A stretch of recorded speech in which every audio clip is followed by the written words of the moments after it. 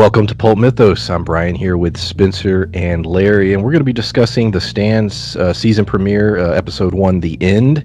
This is, as I said, Pulp Mythos. If you've not subbed to the channel, please do so. Hit that button, hit the like button, leave a comment, do all that cool stuff, push the channel. We're going to be covering every single episode of The Stand.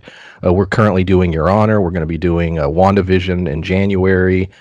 And we just decided we will be doing 30 Coins, which starts on HBO on January 4th. So a lot of content on the channel. I'm going to start off really quick with our history with The Stand. So each one of us, go through your knowledge of the series. That way the audience has an idea of where we're coming at this story from, the angle we're coming at. For me personally, I saw the miniseries about 20 years ago. It's been that long, so I barely remember it. I am very well versed, though, in the Dark Tower lore, Randall Flagg. I read a lot of the comics. I read some of the books. So I do know a lot about that. I have not read The Stand itself, so I never read the book. Guys, your history with the Stand? I've read it cover to cover 4 times. Have you really? No, fuck no. Books long as shit. No, the only Stephen King book, well, I shouldn't say the only, I've read several of them, but the one that's big like that I've read was it. I've never read The Stand. I have, read some of the Dark Tower, the graphic novel, so the picture version of the books. But so I'm familiar with some of the characters, and I haven't seen the miniseries in 25 years. So this was almost like coming in fresh. Like I didn't remember any of the characters' names or anything. And then, a scene would happen. I'd be like, oh yeah. And then it jogged my memory a little bit, but it's almost like a brand new viewing. Yeah. And my experience is roughly a combination of both of yours. Just the graphic novels, the Dark Tower graphic novels, Dark Tower books, Stand miniseries.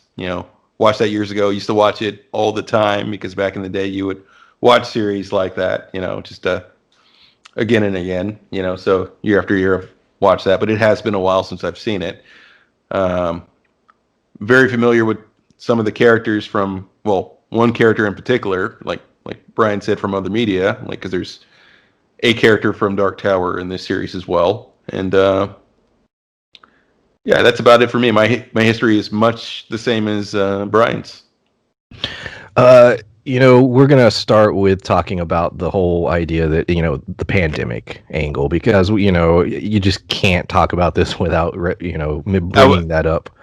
We're in the middle of a pandemic, obviously not to the scale that is portrayed in this series. I think it's a 99% kill rate in the Captain Trips in The Stand.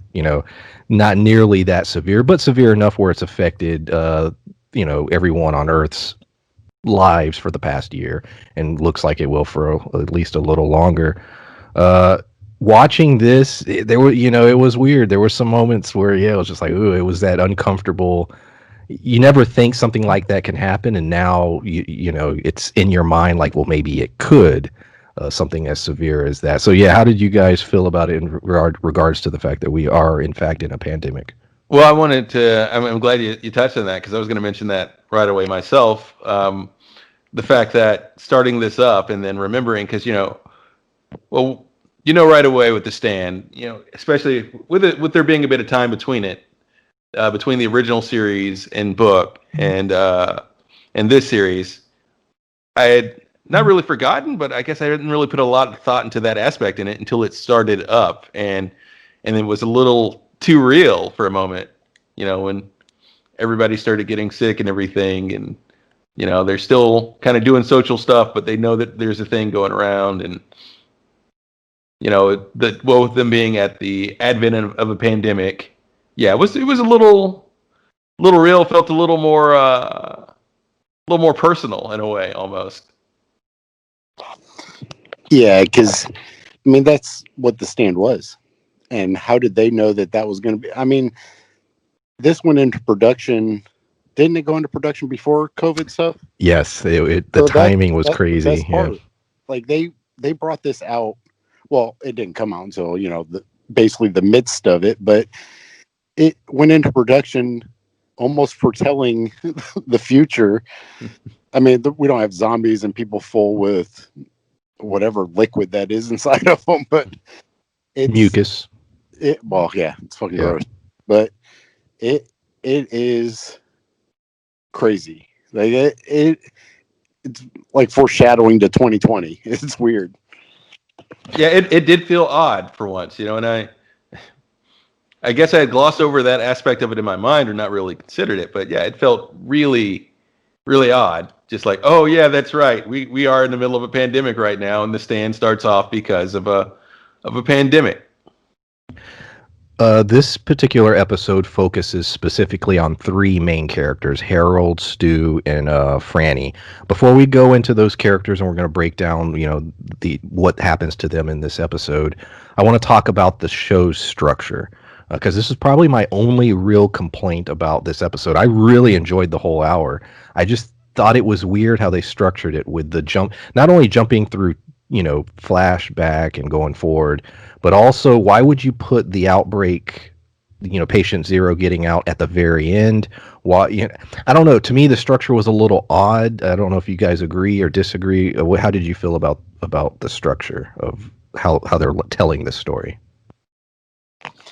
Well, we talked about it earlier. It kind of there was parts where I went to get something to drink real quick, thinking, someone was in the middle of a conversation. I could still hear it. The TV was up loud enough, thinking I wouldn't miss anything. I come back around the corner and it's like a different scene with similar people. It was hard to follow. So there were several times where I had to like rewind and then rewatch. It's one of those shows where you have to pay. You can't be on your phone. You can't be doing other shit. Like you have to pay attention, and that's okay. But I wasn't expecting that. So there was parts of it that were a little hard to follow, but it's not something that's impossible. It's just I'm gonna have to dedicate, an hour of time to it instead of, eating dinner or doing something else. Being dad. Yeah. Yeah. It's gonna be all right, guys. Time to go to bed. I'm busy. Well, yeah, and I get that because I was expecting to sort of to not have to pay attention as much as well because as we've all mentioned, this is a show we saw. This is something we saw years ago, but something we've seen many, many times in the past. I think we've all watched this at least 20 times. That said, I'm surprised how that you bring this up in this order because I wasn't in that conversation you both had earlier, but these are the two things I wanted to talk about first. The like the continuity to me. Yeah, I did. Like you said, I enjoyed the whole hour. I really did. But this sort of tale, especially when you're dealing with an outbreak and a pandemic and the aftermath, I feel like I would enjoy that more. And if you showed it, in if you showed it in the order that it happened, like if I would have loved to have seen, the start of the outbreak, like you said, your patient zero escaping. Campion was the soldier's name.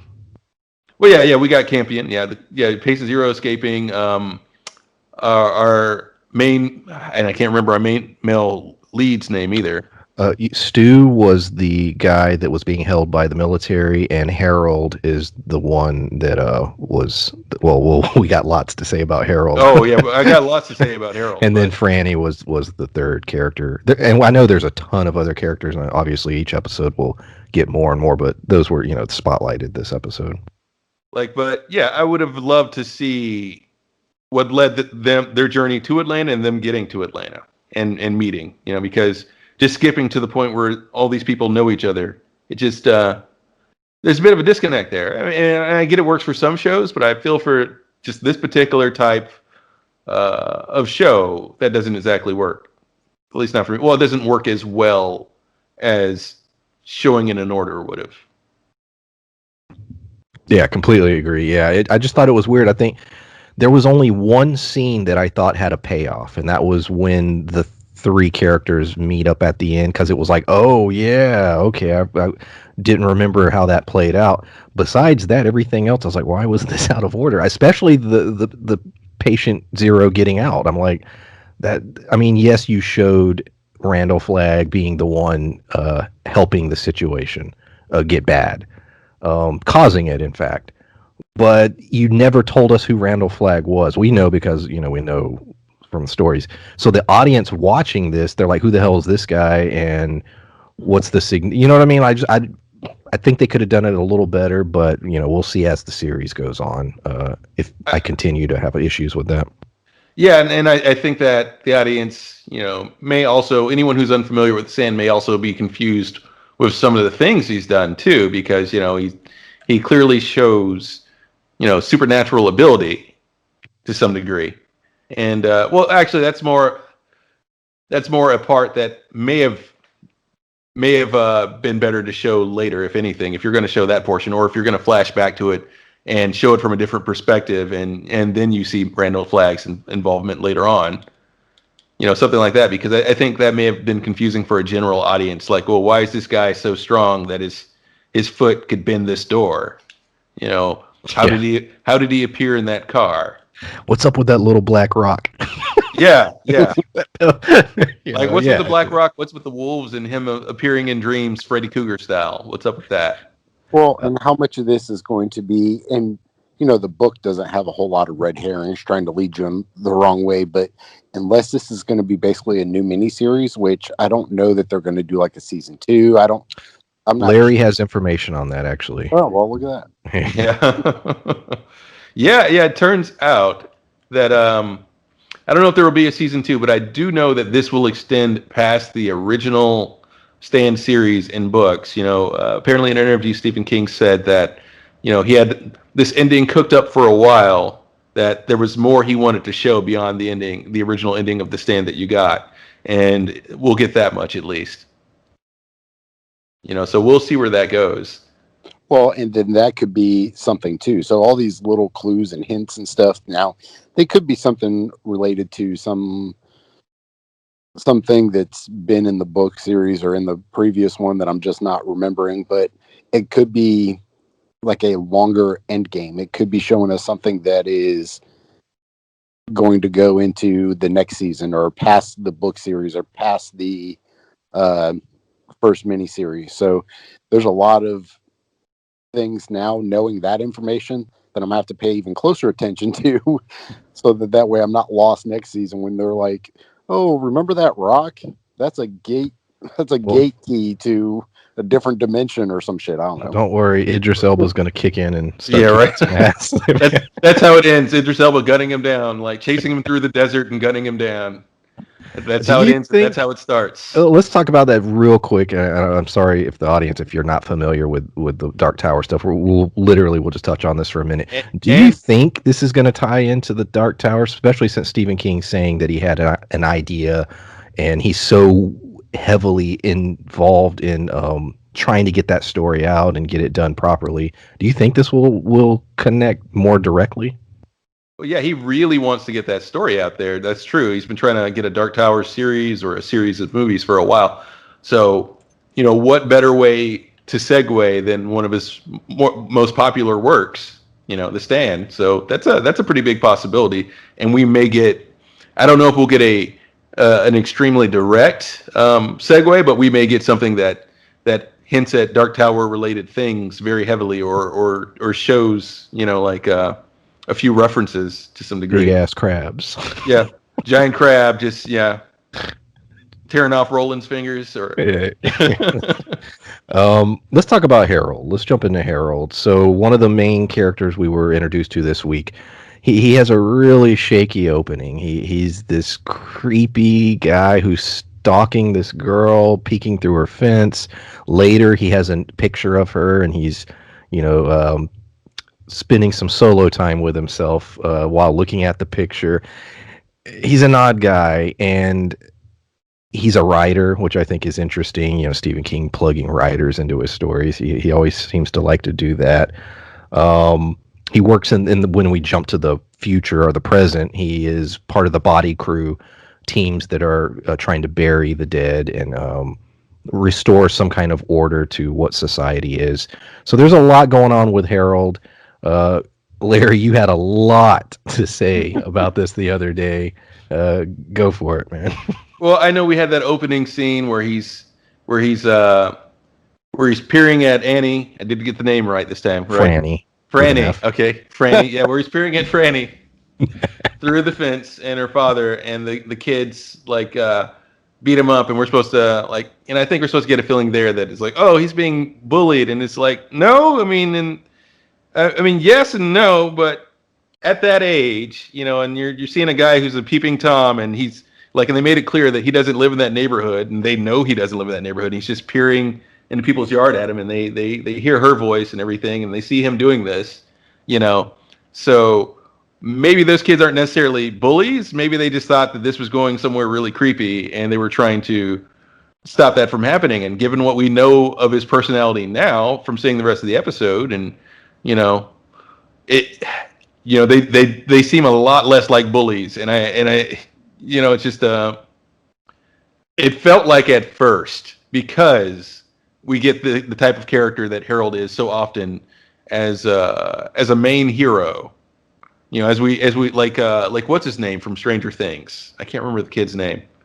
Um, Timothy. not the one that winds up babysitting the kids, but I think Mike's older brother, is it? Is it Mike? Possibly Mike. But you know, like when he's peering, you know, through the window at the party and everything, you know, we get this peeping tom nerd as a hero, and you know, it's the sort of thing is like, you know, that's not endearing, and I don't know where Hollywood gets the idea for this trope that, you know, this is a thing that, you know, meek people kind of do, and it's acceptable at that age, and you know, it just kind of puts the character in a weird place. And you know, I was, I guess, glad to see that that's where Harold was supposed to be. He's like, no, we're not framing him as a hero. He's pretty irredeemable in some aspects of his personality. He clearly doesn't care that people are dying. You know, he's enjoying it. It's the best time of his life. He never shows 1 ounce of remorse in the entire hour. He sees it as an opportunity, and that's clear. He's prepping for it. He's excited.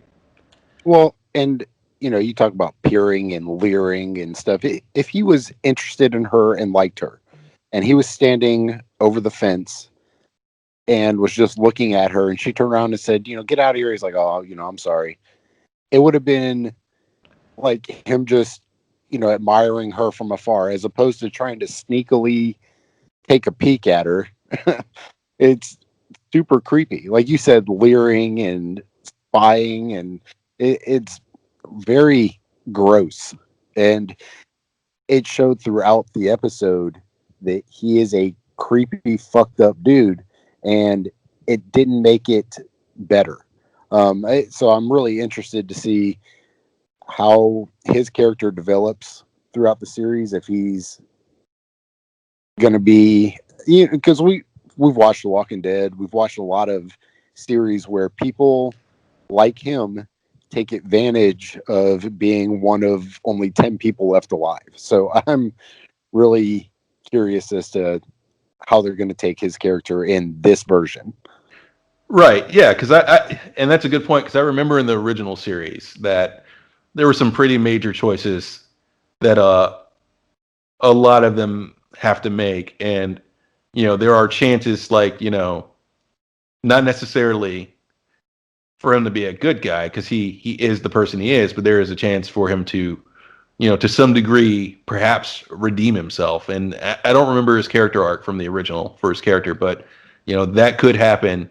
He could eventually see the person he is for once, and you know, have one major good act in the series or something, you know, or a major sacrifice, realizing who he is, that he's not the hero of his story. You know, just a little bit of self-reflection. And it seems like, you know, in this episode, well, he writes about it, you know, in this episode, he has a moment of actually appearing to be a good guy for a minute when he's, you know, post pandemic and everything, when he's helping people out and he's working, and the other workers are kind of liking him, and he saves that one guy.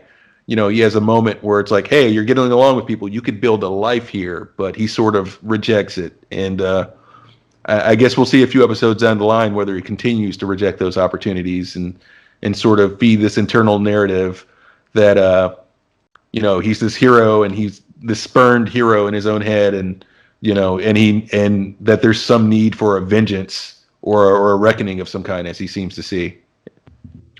Franny was his babysitter when he was younger. She was friends with his sister, I believe. I believe they said Amy was the name. They both live in this small town. They're in Maine, of course. They're in Maine. It's Stephen King. Always. She has a father who dies in the course of the episode, and she buries him. She gets to a point where she decides that it's just her and Harold. They're the one guy that's been stalking her is the one guy who's immune to Captain Trips like her. And there's a great scene where she's in her house and she looks and you see the light on the hill, and they're the only two living things there, and he's typing away his story. It's a really well done scene, but she tries to take her own life. He's there just in time to save her and set her out on her journey. You feel bad for Franny. I wish, like you said, we'll talk about where her story ends at the end of the episode in the present time, but yet again, she's a character. I think this whole jumping around thing hurt a little bit, but so far, Harold and her are very much attached as far as the story is concerned. Yeah. I was gonna say yes, but it's almost not by choice. It's kind of just which is playing into Harold's character. Like, he needs to feel like the hero, and it's giving me a very creepy, fucked up vibe. So I don't know. Yeah, I feel the same way about it. It's just like they're sorted together out of convenience at that point, because it seems like there may be no other living people on Earth. And there's a great line when he saves her and she just looks at him, and it's very simple and it's delivered very straight. She's like, I don't want to be here anymore. But it's one of those times where you're sitting there and you're thinking about it, and you're just like, man, yeah, you're in a shit position. Well, yeah, it's not in. I have suicide itself is touchy for a lot of people for a lot of different situations, but they said the virus killed 99% of people. So at that point, it's the chances of anyone that still being around is next to nothing. So it's almost, I don't know. Like, I don't know how anyone would be able to deal with that. That's a rough situation. Yeah, not only that, but as far as they know, because they lost power and they lost communication at that point, they don't know if literally everybody else is dead. And even if everybody else isn't dead, literally everyone they've ever known or cared about is dead, as far as they know. So I mean, it's a rough situation to survive through. And not only that, but the fact that Harold's who's left, and he's clearly, well, like she said, he's very weird. But not only is he weird, but he's detached. He's a very detached person, because just the way he kind of crashly and coldly mentions, oh yeah, you're used to this, right? Because of your brother's death, and he's very chipper about it, and and he's just like, he's so off-putting a person, it seems, even before the pandemic happened, that during that scene where he's pretending to call out like he doesn't know she's there, she hesitates to respond. It's probably been a while since she's seen another person alive, but she hesitates to respond, knowing that it's him. Yeah, option is either by herself or with him, and she's like, well, by myself might be better. Well, we do find that she does find somebody else at some point, a guy named Stu. We're introduced to Stu, or as many would know, Cyclops. He is the first person who is physically in contact with patient zero, and this spreads amongst him and his friends. we find out they all die. He's taken to a military facility. This thing is getting out of control. They realize he's immune, and they're trying to figure out how and why, and can they, develop a vaccine. So we basically, throughout the course of the episode, get him being moved from different facilities, dealing with the military personnel as they're trying to figure out what's going on. And there's an really cool character, a doctor that he interacts with throughout the course of the episode, and he's going to die. And when it happens, you genuinely, I at least for me, I was like, damn, I really was enjoying that character. And he gives the whole speech about how he thought he was going to be the one to save humanity, and it didn't happen that way, and basically telling Stu, yeah, this is the end, man. This is the end times, the apocalypse. This is just the reality. We also get a character named Cobb, who's sort of this just sort of asshole military guy. He was underwritten. He felt like a kind of character that you write in a book and you try to jam it into the, live action show, but you don't have enough time to develop him properly. So I really, it was what it was to move the plot along. And then finally, fucking J.K. Simmons playing amazing actor playing a General Starkey. Great scene.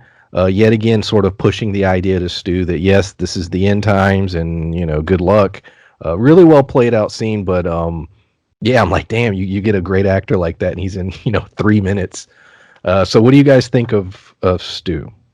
Well, like you said, the character that Cobb, that felt like he was just kind of written in and hurriedly kind of brought up. But now that we know that this is going to push past the book series, why? If they're not going to, examine some of those characters and kind of flesh them out a little bit, then almost leaving them out or kind of just giving them a couple lines, excuse me, that would be way better than trying to do a live action, just kind of quick write in. You have plenty of time.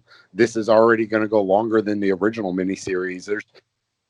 So like that kind of stuff aggravates me a little bit, but Stu's character itself, I enjoyed it, and he's a good actor. Is it James Marsden? I think That's something like yeah. Yeah. He's a really good actor. He does great funny stuff. He can pull off a more serious role. He did a great job in this, and I like the fact that they are showing that there's going to be multiple main characters, kind of Game of Thronesing it, in I guess a better fashion. But this is only episode 1, so I can't say it's going to be better.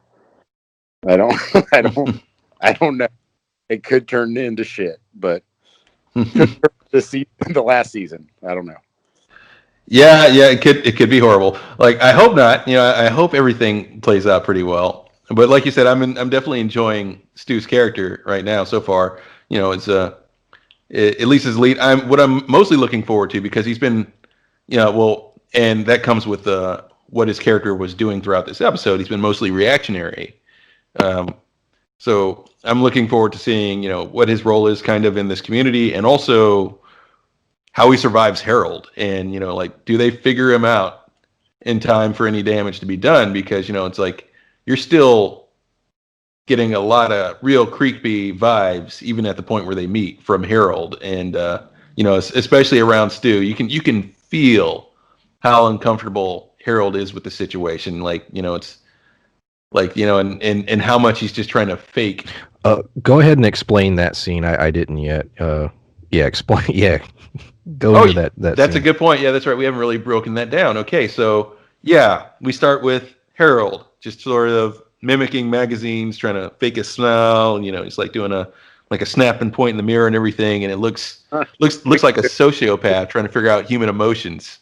That's a good description. And we transition to him just sort of walking into their settlement, wherever it may be, because I don't believe we've gotten a location yet. That may be Atlanta, and may not. I think they said Colorado. Okay, so they're in Colorado at that point. Yeah. All right, awesome.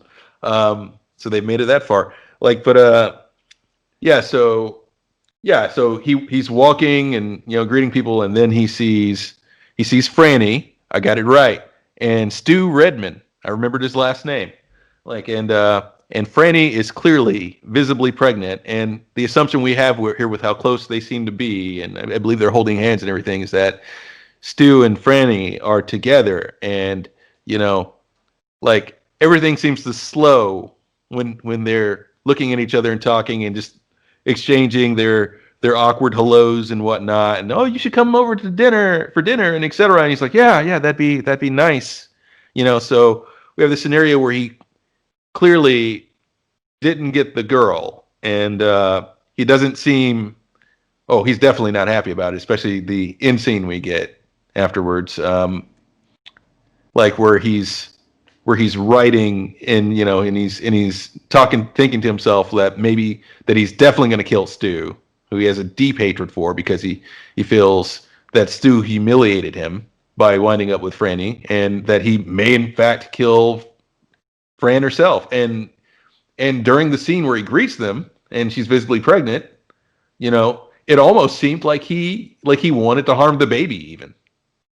So it was pretty creepy. It was the one and only scene to me that justified the way they cut the episode up, because it was the one sort of reveal where you're like, oh shit, all these three come together and this is that story. Besides that, I don't know. And like you said, I'm assuming we're going to get the how they met later. Yeah, but that to me was the frustrating scene. Like just that one little thing. That's what I was talking about. I left the room and it was basically the same characters. And like that had to be real confusing going on. And I was real fucking confused. I was like, what is going on? Weren't they on a motorcycle? Like, yes. So I was really like, she's pregnant. Yeah. Together with Stu, and you're like, whoa. Yeah. It was real confusing. But to me, they could have. I felt like it wasn't clear whether or not, and that might have been on purpose too, whether or not it was in Harold's head, whether or not this is really happening with it. So it's real confusing because they show Harold several times like typing and writing and like kind of banging the table and getting mad and stuff. So I don't know how much of this is like his own fan fiction or if it's really going on. Which is okay if that's the route they're trying to go, trying to confuse me, but that's what they're trying to do. They're doing a good job. Shit. And you bring up a good point because the whole lead up to that did feel very surreal, and I feel it was maybe the cinematography. So for a minute there, I kind of got the same feeling.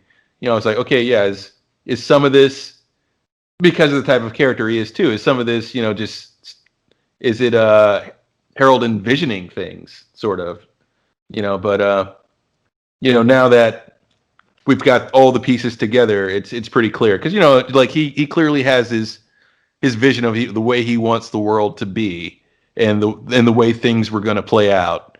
And you know what that whole sequence reminded me of? What was it called? Secret Window? Was that the one of it with Johnny Depp? Yeah, I remember that now. But that's what I'm saying. That's what I felt like. I felt like Harold was this writer. Is that Stephen King?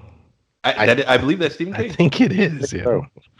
But that's what I'm saying. Is it like I felt like this was that vibe is what I got from those scenes. I don't feel like this movie is anywhere, or this series is going to be anywhere, have the same end game, but that's what it felt like prior to the whole Randall Flagg thing showing up.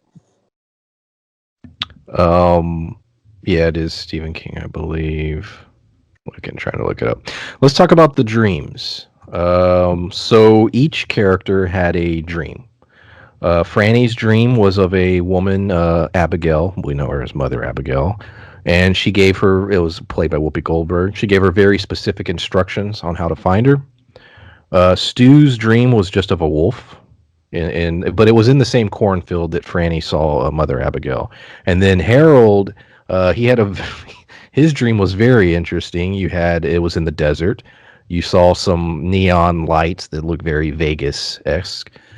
He saw a wolf, and then a man approached. And as we've been mentioning him throughout this review, it is, in fact, Randall Flagg. And the music, I want to talk about the music really quickly.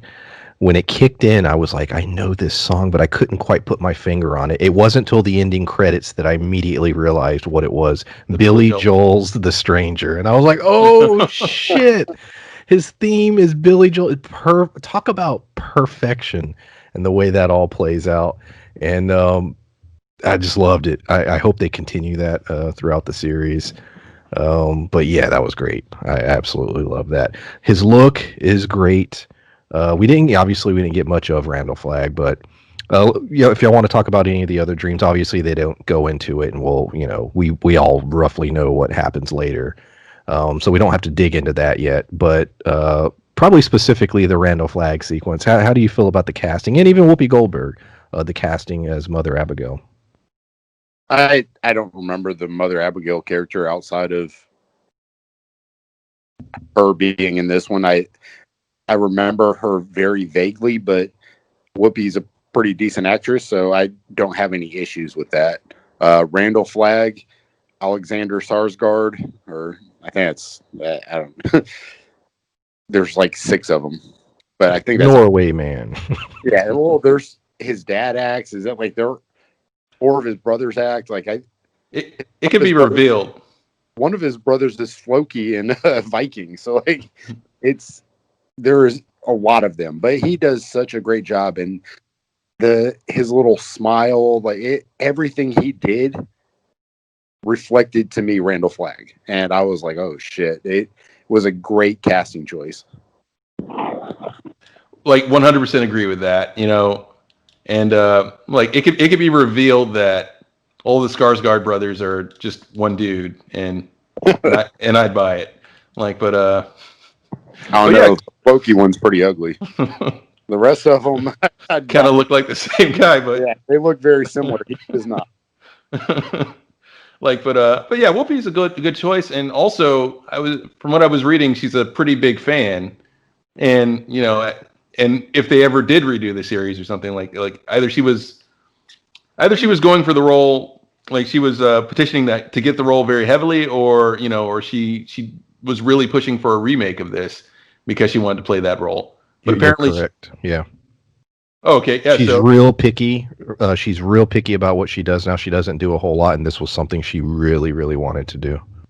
This and the Ghost remake. She's doing this, and she's going to be reprising her role as Guinan in the next season of Picard.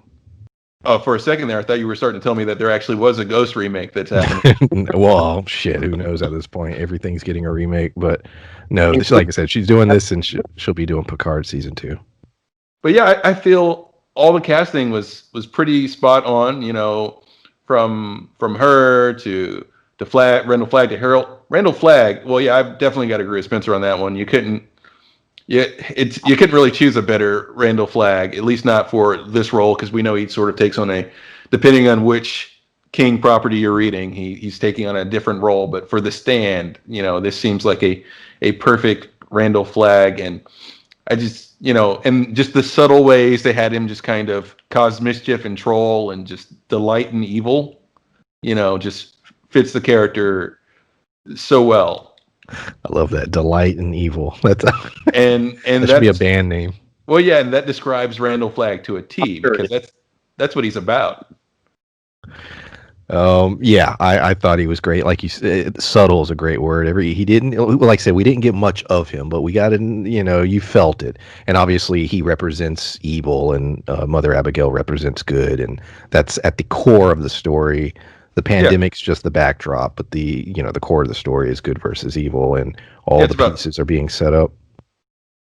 Yeah, it's very much about temptation, and and I got to get back to the dreams on that one too, because I glossed over this, and I feel that's what Harold's dream was wholly about. Because you see the neon signs, like shaped like women and everything, and you see the wolves and everything, and you see the wolves just unlike Stu's dream, they're not attacking him, they're yielding, and they're on his side, and there's a and then Randall Flagg approaches with the shadow of a wolf and hands him the stone as if he's handing off some sort of object of power to him. And so I feel like that very much represents temptation, and and that'll be the sort of thing, and it's just trying to show that, actively Randall Flagg is trying to corrupt Harold, and likely where his head is right now, he's going to be fairly successful. I would say spoilers. He's pretty successful if they stick to the original. Yeah. I really enjoyed the hell out of this. I watched, sort of did a little double feature. I watched this and then the Mandalorian season finale, which our review will be up on the channel. Check that out. And it was just two solid shows, very radically different kinds of shows. But this was just really damn good, and I'm very excited. I don't know how our views are going to do on this, but regardless, we're sticking to this. We will do all, I believe, 9 episodes. So if you're listening to this and you want to hear, us talk about it and you want to comment and, get in on the conversation, definitely know that we will be putting these up every week. For the next 2 weeks, I will say for the holidays, Christmas week and New Year's week, these reviews won't go up until Saturday, just because we'll be busy on Thursday and Friday, those particular weeks. But then after that, we're going to try and get these up on Thursday evenings. I've exhausted my notes. Is there anything else you guys would like to talk about in regards to episode 1 of The Stand? I don't have anything. Yeah, I don't have anything either. I'm just glad I wasn't disappointed. Everything seemed fairly well put together. If they can maintain this, I heard Stephen King's son was involved in this as well. What is it? Is it Owen King? I believe so. As a screenwriter. Joe Hill's the only one I know. Yep. Okay, maybe I'm wrong. I'm so bad at names. Maybe it's Joe King. Joe Hill is the one that did Nosferatu and Lock and Key. That's his. I don't know what his real name was at birth, but I think that's what he goes by. That is his pen name. I don't know. Like you said, I do not know what his birth name is, but yeah, that is his pen name, Joe Hill. Which is funny. The whole point was he didn't want, King on Joseph Hillstrom King. There you go. Cool. I looked it up, and he looks exactly like him. Yeah, I know. It's like if you put your picture on the book, everybody's gonna know who the hell you are, right? And that's part of what I'm well, not so much that I'm not hoping that people necessarily know who he is, but I'm hoping that we're seeing, perhaps if this turns out well, and if we get a Dark Tower series and he helms it, that we're seeing the continuing of a legacy, because I think we've all just kind of grown up reading Stephen King books and watching his series, from The Stand to the Mist, what have you. And hopefully he can continue that legacy, and we can get just as much entertainment and enjoyment out of his works. Have you watched any of his stuff? Because Lock and Key on Netflix was amazing. Nosferatu, the series that was on AMC, was really good, and those were Joe Hill properties, and he does a great job being involved with those things too. So yeah, I'm looking forward. His style is very similar to his father's, but there is a uniqueness. He definitely has his own angle, but there is a similarity to his style. I feel he's a little more straightforward than his dad is, but it's not as cryptic. Yeah. If The Stand does well, I hope the next remake is Storm of the Century. Oh yeah, that'd be great. I love Storm of the Century. I can watch that miniseries. I've seen it a bunch of times. It's really good. Anything else, guys? Nope. No, I think that's it. All right, awesome. This was fun. I hope you enjoyed it, and like I said, leave a comment if you have any thoughts on what we talked about. We'll see you next time. Bye. Bye.